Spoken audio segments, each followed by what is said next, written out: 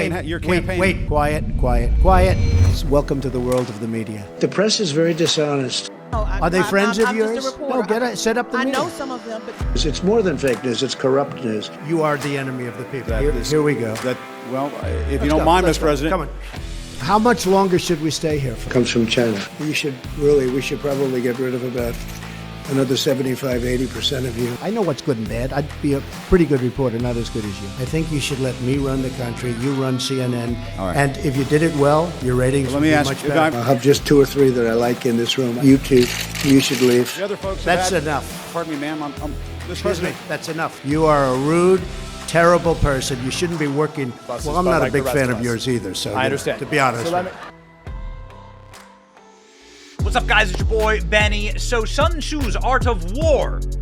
The #1 rule, if you are fighting an enemy, is you must know thy enemy. You have to know as much information about them as you possibly can. Donald Trump had an enemy when he got to Washington, D.C. It is the deep state. The deep state hates Donald Trump. The deep state is effectively defined as the ghost in the machine. The nameless, faceless cogs and bureaucrats, an army of them, who control the levers of power in Washington. Presidents come, parties come and go, people come and go, they get elected, they get removed, they get put back in, the deep state stays forever. And that is a cancer, a true cancer on everything that we do in this nation. Did Donald Trump know how to defeat them? I would argue no. I would argue that Donald Trump was naive when he got into office and did not know the banality of their evil. Somebody tried to warn him. It's not often that Democrats try and help Donald Trump, but indeed a Democrat did. Chuck Schumer, upon Donald Trump's inauguration, warned Donald Trump about the intelligence community and how dangerous they were. A shocking moment, perhaps the last time that a Democrat openly tried to assist Donald Trump and warn him about what he was walking into. Taking these shots, this antagonism, this taunting to the intelligence community. You take on the intelligence community, they have 6 ways from Sunday at getting back at you. Ooh. So even for a practical, supposedly hard-nosed businessman, he's being really dumb to do this. What do you think the intelligence community would do if they were motivated? I don't know, but from what I am told, they are very upset with how he has treated them and talked about them. So this isn't AOC saying this. This isn't some, dumb freshman Democrat. This is Chuck Schumer. He's been around forever. Chuck Schumer knows these people. Chuck Schumer's in his late 70s. Chuck Schumer's going to be 80 this year. Chuck Schumer's been inside of this machine. Chuck Schumer knows. He knew.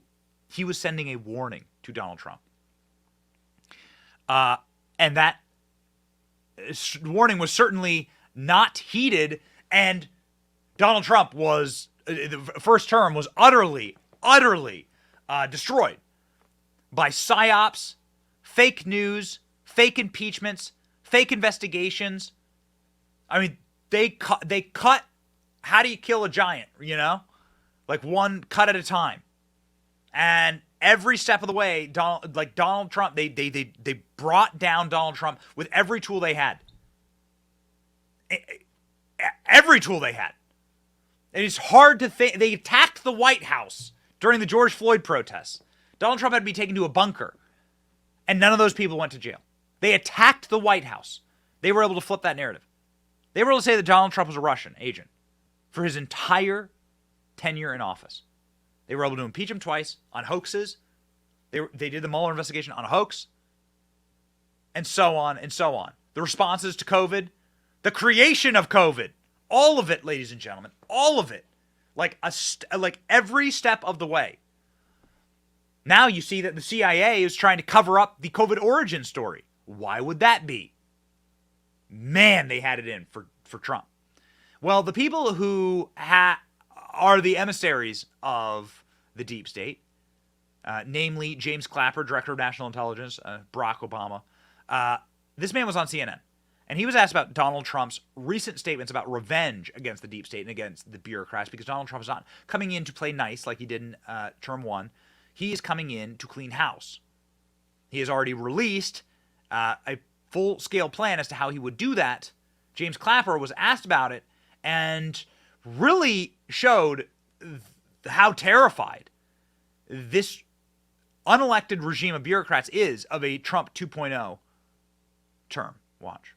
Profile, General Milley raised the possibility that he thought if Trump was reelected, he would throw his opponents in jail. He said that he would be at the top of the list. Do you think that that's a real concern, and are you concerned that you could be on Trump's enemies list? Well, sure. I think there are probably a lot of people that are potentially on such a list. And again, that's reprehensible. I think General Milley's comment was he didn't think President Trump would be reelected. Well, I'm not so sure about that. So yeah, that's a real concern for many of us. Yeah, it's a real concern for many of us.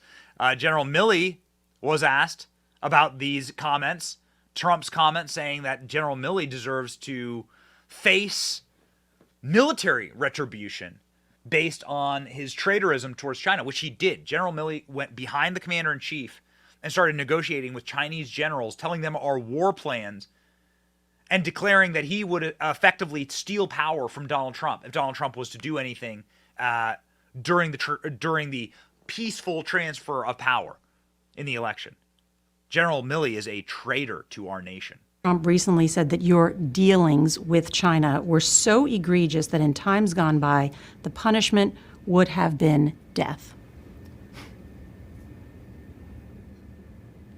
That's right, he said that. That's correct. He is suggesting that you be punished by death. The former commander-in-chief to his former top military advisor. Look, I'm a soldier. I've been faithful and loyal to the Constitution of the United States for 44 and a half years. And my family and I have sacrificed greatly for this country, my mother and father before them. And, you know, as much as these comments are directed at me, it's also directed at the institution of the military. And there's 2.1 million of us in uniform. And the American people can take it to the bank that all of us, every single one of us, from private to general, we're loyal to that Constitution and we'll never turn our back on it no matter what the threats, no matter what the humiliation, no matter what. If we're willing to die for that document, if we're willing to deploy to combat, if we're willing to lose an arm, a leg, an eye, to protect and support and defend that document and protect the American people, then we're willing to live for it too. So what's your follow-up question? Is your follow-up question, well, then why did you go around the Constitution? Why did you desecrate the Constitution? Why did you wipe your ass with the Constitution? By stealing power from the commander-in-chief? By going around his back time and time again?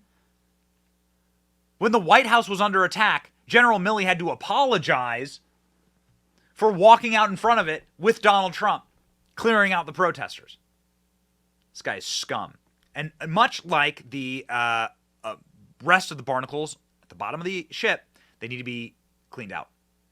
You're not going to have a country unless you take a major cleaver to the bureaucracy in Washington, D.C. That's what Schedule F is. Donald Trump describing how he's going to remake the federal government. Schedule F. Trump signed an executive order on October 2020 that established a new Schedule F employment category for federal employees. It was rescinded by President Biden shortly after he took office. But back in March 2022, Trump floated the possibility of going back after the federal workforce. We will pass critical reforms to making every executive branch employee fireable by the President of the United States. Tens of thousands of civil servants who serve in roles deemed to have some influence over policy would be reassigned as Schedule F employees. Those levels of influence include confidentiality, policy making, whatever. What it means to be given a Schedule F assignment, that means they could lose their employment protections upon reassignment, making them functionally at-will employees, therefore far easier to fire. How many people would Schedule F affect? Well, as many as 50,000 federal workers in a workforce of more than 2 million. Why does the federal government have a 2 million person workforce, you could ask? Why are there 50,000 employees for just the executive branch? That seems horribly incompetent. And everything in this country is going to hell, and so maybe we should rethink that entire system. That's what Donald Trump's saying. If you put me back in the White House, their reign is over. Their reign will be over. And they know it. And America will be a free nation once again. We're not a free nation right now. We don't have free press. We don't have free anything. In 2016, I declared, I am your voice. Today I add, I am your warrior. I am your justice. And for those who have been wronged and betrayed, I am your retribution. I am your retribution. Not going to let this happen. Not going to let it happen. Big time applause line there. I am your retribution. Hey, what's going on in there, Kramer? Retribution. Come on, baby. Ladies and gentlemen. Joe Biden was asked about Donald Trump returning to the White House. Joe Biden had a very telling answer because of the dementia. Listen. The G7 conversation was tied to your predecessor, who is about to launch another campaign. So how do you reassure them, if that is the reason for their questioning, that the former president will not return, or that his political movement, which is still very strong, will not once again take power in the United States? Well, we just have to demonstrate that he will not take power by, if he does run, making sure he will not take power under legitimate efforts of our Constitution, does not become the next president again. We will demonstrate that he will not take power. And then, of course, all you've seen is Donald Trump put him in jail, put him in jail, put him in jail. Lock up the people who the regime disagrees with. Doesn't matter if they waved a little flag and they were granny at January 6th, or if they're Elon Musk. If they stand to threaten the regime, they are using now hard power. So these absolute disgraces, these people who wrap themselves in the Constitution as though they're some types of patriots, no. Although, I will say, nicest thing I've ever seen a Democrat do for Donald Trump. Chuck Schumer warned Donald Trump about what they were about to do to him. When someone tells you who they are, believe them, ladies and gentlemen. 7 ways of Sunday of getting back at you. Keep your head on a swivel, baby. Let's get out there, be smart, end communism. Like, share, and subscribe to this channel. It's your boy Benny. See ya.